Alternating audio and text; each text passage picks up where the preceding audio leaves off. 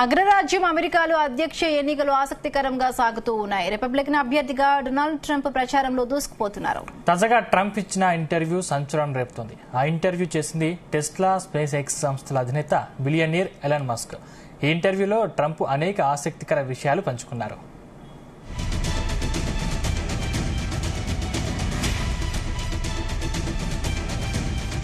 Donald Trump America మాజీ అధ్యక్షుడు ఇప్పుడు మరోసారి తన అదృష్టాన్ని పరీక్షించుకుంటున్నారు. రెండోసారి అధ్యక్షుడు అయ్యేందుకు ఉవ్విళ్లూరుతున్నారు. ప్రత్యర్థులకు ధీటుగా ప్రచారాన్ని ముమ్మరం చేశారు. ఈ నేపథ్యంలో ఎక్స్ అధినేత ఎలన్ మస్క్ ఇంటర్వ్యూ ఇప్పుడు హాట్ టాపిక్ గా మారింది. పార్టీలో తిరుగుబాటు కారణంగానే జో బైడెన్ అధ్యక్ష రేసు నుంచి వైదొలగాల్సి వచ్చిందని ట్రంప్ అన్నారు.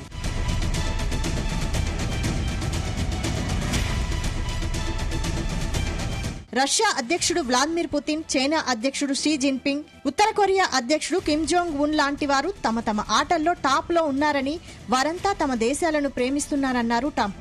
అయితే వారిది భిన్నమైన ప్రేమ అని, వారిని ఎదుర్కోవడానికి అమెరికాకు బలమైన అధ్యక్షుడు కావాలన్నారు. అధ్యక్షుడిగా బైడెన్ లేకపోయి ఉంటే ఉక్రెయిన్ పై రష్యా దాడి చేసేదే కాదన్నారు. పుతిన్ తో చాలాసార్లు మాట్లాడానని, ఆయన తనకు చాలా గౌరవం ఇస్తారని, ఉక్రెయిన్ గురించి కూడా తాము చర్చించుకున్నామని ట్రంప్ చెప్పారు.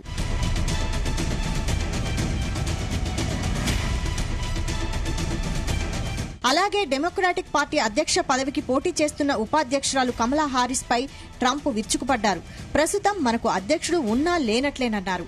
కమలా హారిస్ వస్తే పరిస్థితి మరింతగా దారుణంగా ఉంటుందని, ఆమె గెలిస్తే మన దేశాన్ని నాశనం చేస్తుందని ఆరోపించారు. ఆమె అధికారంలోకి వస్తే 50 నుండి 60 మిలియన్ల అక్రమ వలసదారులు దేశంలోకి ప్రవేశిస్తారని, వారంతా అతివాద భావజాలంతో ఉంటారు కాబట్టి నేరాలకు పాల్పడే అవకాశం ఉంటుందని దుయ్యబట్టారు. తాను అధికారంలోకి వస్తే వలస చట్టాలను మరింత కఠినంగా అమలు చేస్తానన్నారు ట్రంప్. చరిత్రలోనే ఎన్నడూ చూడని విధంగా బహిష్కరణల ప్రక్రియ చేపడతానని హామీ ఇచ్చారు.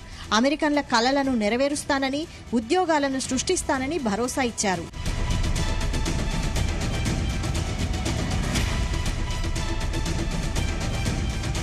ఇటీవల పెన్సిల్వేనియాలో తనపై జరిగిన కాల్పుల ఘటన గురించి ఇంటర్వ్యూలో ప్రస్తావించారు ట్రంప్.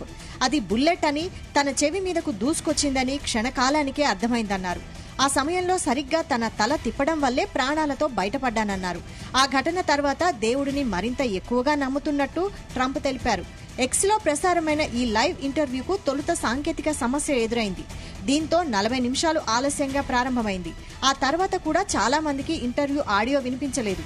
ఇందుకు DDoS అటాక్ కారణమని మస్క్ తెలిపారు. అయినప్పటికీ 2.7 కోట్ల మంది వీరి సంభాషణను విన్నారు.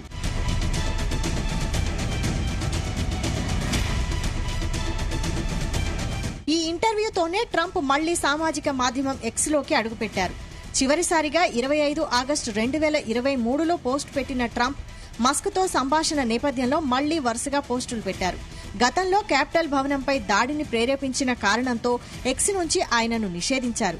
ఈ మాధ్యమాన్ని మస్క్ కొనుగోలు చేసిన తర్వాత ట్రంప్ పై నిషేధాన్ని తొలగించారు. ఇంటర్వ్యూలో భాగంగా ట్రంప్ కు మస్క్ పలు ప్రశ్నలు సంధించగా వాటికి జవాబిచ్చిన ట్రంప్ ఆ తర్వాత మస్క్ కు జాబ్ ఆఫర్ చేశారు. తమ ప్రభుత్వం అధికారంలోకి వచ్చాక కలిసి పనిచేయాలని కోరారు. తమ ప్రభుత్వం చేసే వివిధ ఖర్చులను నియంత్రించే బాధ్యతను మస్క్ చేపట్టాలన్నారు. ఎక్స్తో పాటు మస్క్ కంపెనీలలో కాస్ట్ కటింగ్ చాలా ప్రభావవంతంగా ఉందని, ఖర్చుల నియంత్రణలో మస్క్ గొప్ప నిపుణుడని ట్రంప్ కొనియాడారు. ఈ విషయం గుర్తించాను కాబట్టే మస్క్ జాబ్ ఆఫర్ చేశానని వివరించారు. ట్యాక్స్ పేయర్ల నుంచి ప్రభుత్వానికి చేరే సొమ్మును జాగ్రత్తగా వినియోగించాలనేదే తన అభిమతమని, ట్యాక్స్ పేయర్ల కష్టార్జీతాన్ని వృధా చేయడం తనకు ఇష్టం లేదని ట్రంప్ చెప్పుకొచ్చారు. ట్రంప్ ఆఫర్ కు మస్క్ జవాబు ఇవ్వనప్పటికీ వారిద్దరి మధ్య ఇప్పటికే దీనిపై చర్చ జరిగిందని వాల్ స్ట్రీట్ జర్నల్ పేర్కొంది.